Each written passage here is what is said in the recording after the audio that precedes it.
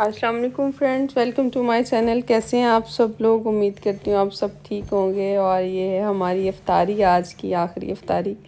हम लोग तो सोचे थे कि शायद जो है ईद सैटरडे की हो जाए, लेकिन हम अभी इफ्तारी करके चीज़ें वगैरह समेट ही रहे थे कि ऐलान हो गया कि सऊदी में ईद होगी, और थोड़ी देर बाद पता चल गया कि यूएई में भी है। तो जल्दी जल्दी से बर्तन समेट के बच्चों ने तो शुरू कर दिया कि हमें सबसे पहले आप लगा दें मेहंदी। अब तो निकल आया है चाँद, क्योंकि ये तो कान खा लिए थे कि भाई जल्दी जल्दी बताओ चाँद कब निकलेगा। तो मैंने इन लोगों को मेहंदी लगाई, साथ ही अभी बर्तन रखे थे, अभी वॉश भी नहीं किए क्योंकि नमाज़ पढ़ी, मगरिब की नमाज़ के बाद ही पता चल गया। तो यहाँ पे मैं लगा रही थी हरीम को मेहंदी, और मैंने ड्यूटी पे ही लगा ली थी। मैं कौन मेहंदी साथ लेके गई थी, तो मैंने कहा घर में तो जाऊँगी, मुझे बिल्कुल भी टाइम नहीं मिलना। और सैलून जाने का तो सवाल ही पैदा नहीं होता कि आजकल सैलून इतनी बिजी हैं कि आपको जो है ना 2-2 3-3 घंटे वेट करना पड़ता है मेहंदी लगाने के लिए। तो इसलिए जो है ना मैंने अपनी मेहंदी ड्यूटी पे ही लगा ली, और बच्चों को मैंने कहा कि घर जाके लगा दूँगी। अभी हारिस को लगाई थी मैंने मेहंदी, और अभी आ गई है हरीम की बारी। हरीम ने बोला मम्मा मुझे सेम ऐसी ही मेहंदी चाहिए जैसे आपने लगाई है, और बहुत प्यारी भी लग रही थी। और हम पहले सोचे थे हम लोग ना पार्लर से लगवाएंगे, बट पहले ईद से पहले दिन ही जब हम रोला गए थे तो वहाँ पे ना हमने मम्मा ने वहाँ से ली थी मेहंदी, तो वहाँ इतना पार्लर के अंदर रश था बता नहीं सकती। और गंदा स्मेल भी, पूरी मेहंदी की स्मेल भी आ रही थी शॉप के अंदर। हारिस को सैलून के अंदर से जाती बहुत ज़्यादा स्मेल आ रही थी, तो कहते थे मम्मा जी निकले मुझे यहाँ पे स्टे नहीं करना। तो मैंने कहा मुझे सांस नहीं आ रहा था उधर, इसलिए मेहंदी हो रहा था। तो ये अभी दोनों को मेहंदी लग चुकी थी, और यहाँ पे मैं बना रही थी खीर। थोड़ा सा मैंने पैन में पानी लिया, और अभी मैं डाल रही हूँ इसके अंदर फुल क्रीम जो है वो मिल्क मैंने ऐड किया 1 kg के करीब, और चावल जो है वो मैंने तकरीबन डिप करके रख लिए थे 1 मुट्ठी के करीब। यहाँ पे मेरे पास कुछ ड्राई फ्रूट थे, जिसमें थे आलमंड, पिस्ताशू और कैशू नट थे। इन सब को जो है वो मैंने इस तरह से थोड़ा सा चॉप कर लिया था, हाथ से थोड़ा कट कर लिया था। और यहाँ पे मैंने एक पैन लिया था, इसमें मैंने डाला था देसी घी, और ये जो मैंने ड्राई फ्रूट आपको दिखाए ये इसके अंदर डाल के जो मैं अच्छे से रोस्ट करूँगी। आज जैसे मैं खीर बनानी है, आप भी इस तरह से ट्राई कीजिएगा। ये एक डिफरेंट सा तरीका मिला मुझे खीर का, तो मैंने कहा क्यों ना बनाऊँ आज, देखो कि इस तरह बनाने से क्या डिफरेंस आता है। क्योंकि नॉर्मली जो खीर का तरीका है जैसे दूध डाल दिया और चावल को पका लिया और ड्राई फ्रूट डाल दिया, लेकिन ये रेसिपी जो है ना मुझे रिसेंटली पता चली, तो मैंने कहा ट्राई करती हूँ। ये भी मैंने रोस्ट कर लिए थे, और यहाँ पे मैंने ऐड कर दिया था। जैसे ही दूध बॉयल होना शुरू हुआ तो मैंने इसके अंदर राइस ऐड कर दिए थे। आप ही राइस जो वो पक रहे हैं, और साथ ही मैं इसके अंदर ऐड करूँगी ड्राई फ्रूट जो मैंने जो है वो फ्राई किए हुए थे, और देखने में कितने खूबसूरत लग रहे हैं। और अभी इस राइस और मिल्क के साथ ये जो ड्राई फ्रूट जो है वो कुक होते रहेंगे।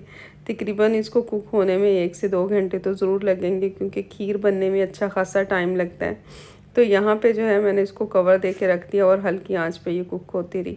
और ये 2 घंटे के बाद की सिचुएशन है कि आपको नज़र आ रहा होगा कि जो ऑलमोस्ट जो है वो चावल घुल चुके हैं और खीर काफ़ी गाढ़ी हो गई थी। और यहाँ पे मैंने ऐड की थी इसके अंदर चीनी तकरीबन मैंने ली थी 100 ग्राम से थोड़ी सी ऊपर थी।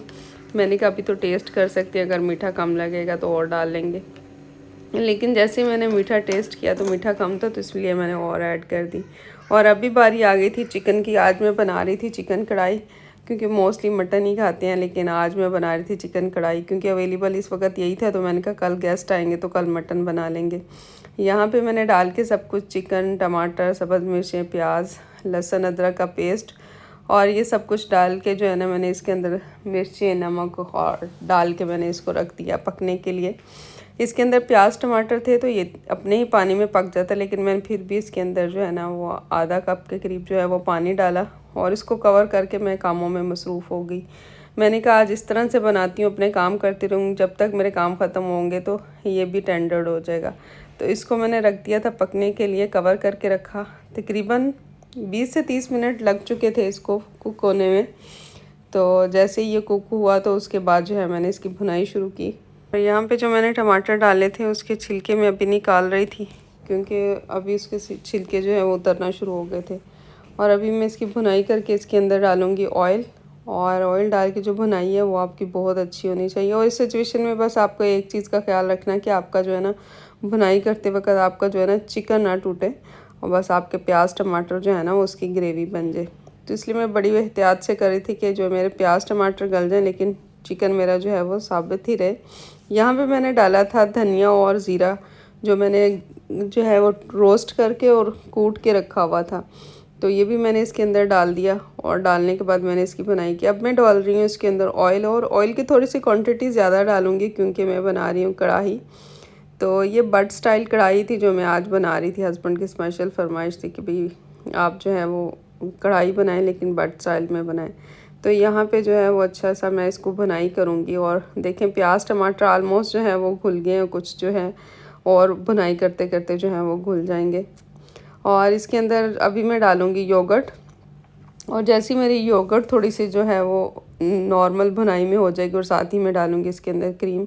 यहाँ पे मैंने थोड़ी सी डाली है दड़ा मिर्च, और क्योंकि मैं थोड़ी सी ग्रेवी करना चाह रही थी इसलिए जो है मुझे योगर्ट ज़्यादा डालनी पड़ी, क्योंकि अदरवाइज़ अगर योगर्ट ना डालती तो ग्रेवी बिल्कुल भी ना बनती।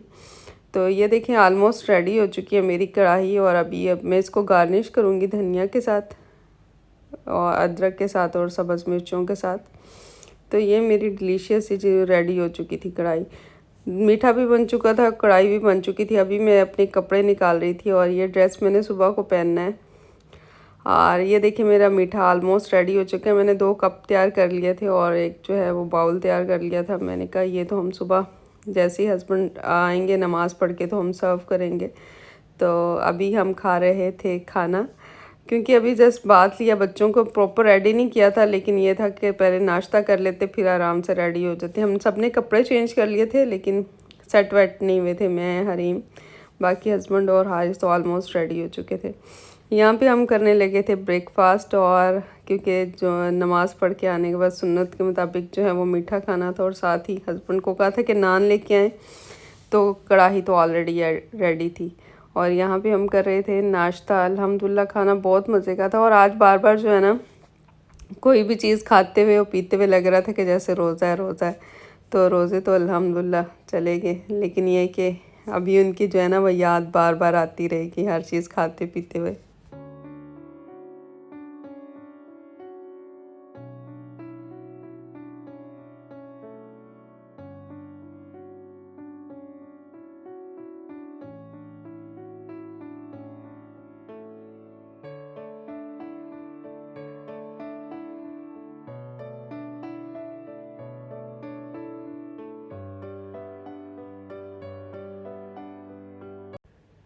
और यहाँ आ गई थी मेरी ज्वेलरी की बारी। सूट के साथ जो है वो मुझे मैचिंग ईयरिंग भी मिल गए थे, और बैंगल्स मैंने ऑलरेडी ले ली थी। हरीम ऑलमोस्ट तैयार हो गई थी लेकिन उसके शूज़ रह गए थे, और मैं भी अब अपने शूज़ पहन रही थी।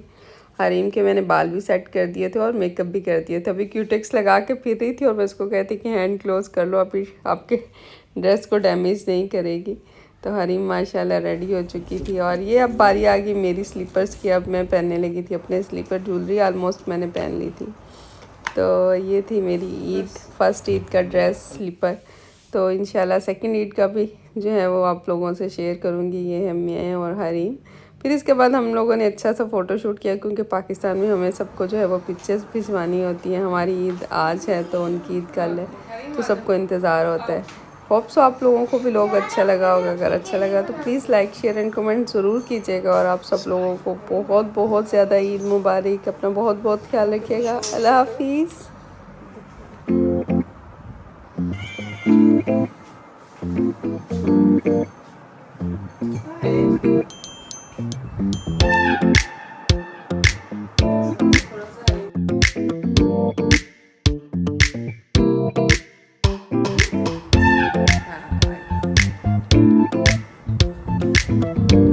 ईद मुबारक।